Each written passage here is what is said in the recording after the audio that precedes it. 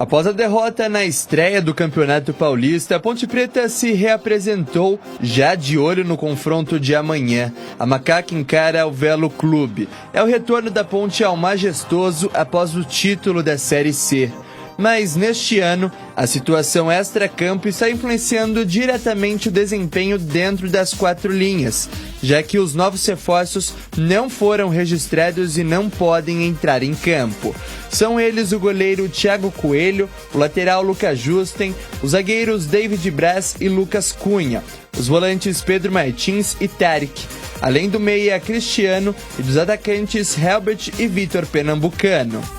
Caso o transfer-ban não seja derrubado, eles não poderão entrar em campo amanhã. Atletas da base devem ser relacionados novamente, mas dentro do clube existe a expectativa que eles poderão estrear com a camisa da Macaca. A Ponte Preta, se não conseguir pagar o transfer-ban, vai ser bem difícil ela continuar com essa molecada e esses guerreiros que estão aí. Além da limitação no elenco, a Ponte também lida com problemas médicos. O meia Miguel segue em recuperação e não deve ficar à disposição para o confronto, o que reduz ainda mais as alternativas para o técnico Marcelo Fernandes. O professor também perdeu o meia Serginho, que se despediu do Majestoso e foi emprestado para o Norte de Minas Gerais, que disputa a elite mineira. Com problemas dentro e fora de campo, a Ponte Preta enfrenta o Velo Clube amanhã às 9 horas da noite no estádio Moisés Lucarelli. É um campeonato que ninguém sabe, pois é a primeira vez que ele vai ser disputado em 8 rodadas. E nós trabalhamos já a semana inteira, quando voltamos dia 2, sabendo que seriam 8 finais. Temos 7 finais agora. Se não tivesse essa necessidade, né, momentânea de ter que contar aí com praticamente toda a molecada da Taça São Paulo para compor pelo menos o banco do time profissional, como foi no domingo lá na Neoquímica Arena, esse time da Ponte aí ia dar mais trabalho, hein? Isso não quer dizer que tá fora, não. Vão guerrear muito contra o Cruzeiro. Ah, e por que o Guarani usou o Kevin ontem, que estava no banco, sábado contra o Primavera, e a Ponte não usou os seus jogadores? Porque o Guarani jogou sábado.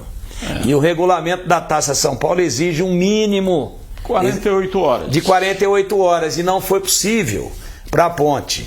Agora, o que seria o melhor dos cenários para o torcedor da Ponte? E é a minha torcida. É a minha torcida, de coração. Que a Ponte hoje anunciasse, ó, tá todo mundo no bid, os contratados estavam treinando, os caras estão com ritmo de treinamento. Marcelo Fernandes disse isso na coletiva pós-jogo lá em São Paulo no domingo. Por que seria o melhor dos cenários? Porque eles jogaram domingo. E agora a Ponte vai jogar amanhã, quarta-feira. Pô, tá todo mundo em condições de jogar.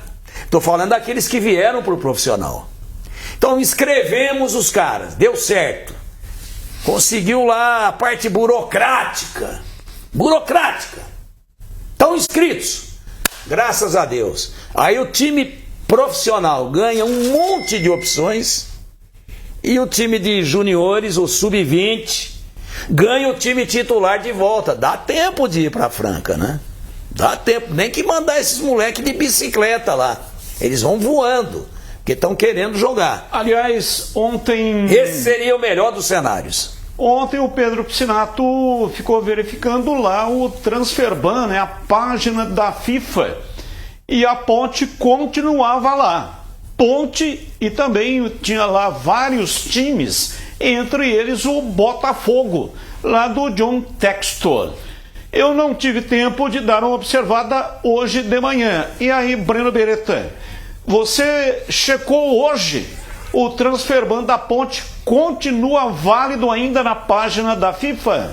Continua, Batista, continua, até o momento continua, e para piorar, né, a Ponte perdendo jogadores. O Serginho foi embora, não dá para admitir que a Ponte tenha um jogador perdido, né, pro Norte. de Minas Gerais, com todo respeito ao North de Minas Gerais, time da primeira divisão, como que esse time tem mais estrutura hoje para abrigar um jogador, para ter um jogador como o Serginho do que a Ponte Preta? Ele foi para lá por empréstimo. O Brian Borges, que seria o único lateral da Ponte pelo lado esquerdo, foi embora, pediu desligamento. O outro jogador, o Pedro Martins, atleta do Sport, que subiu com a Chapecoense, reforço importante da Ponte, também foi embora. Ou seja, quantos desses jogadores que chegaram vão querer ficar esperando essa situação para serem inscritos? Amanhã é a segunda rodada. Amanhã eles não vão estar em campo, possivelmente. Até quando que eles vão esperar? Até quando que o Marcelo Fernandes, treinador, vai esperar? E é claro que quem paga por isso, quem sofre com isso é o torcedor da Ponte Preta. Um jogo só, né, no Campeonato Paulista contra o Corinthians e na Neoquímica Arena, que por si só já é um negócio complicado, mas o João Gabriel não dá conta da lateral esquerda. A Ponte não sei o que é que vai fazer, mas tem que arrumar urgentemente um lateral na esquerda, né? O Corinthians deitou e rolou uma avenida asfaltada, aquele asfaltão bonito, aquela língua preta espetacular. O Mateuzinho foi o melhor jogador do Corinthians, o melhor jogador em campo. Onde que o Mateuzinho jogou? Em cima do João Gabriel. Lateral direita do Corinthians. Se eu não tiver meio xarope, lateral direito joga em cima de lateral esquerdo, é a batida, né?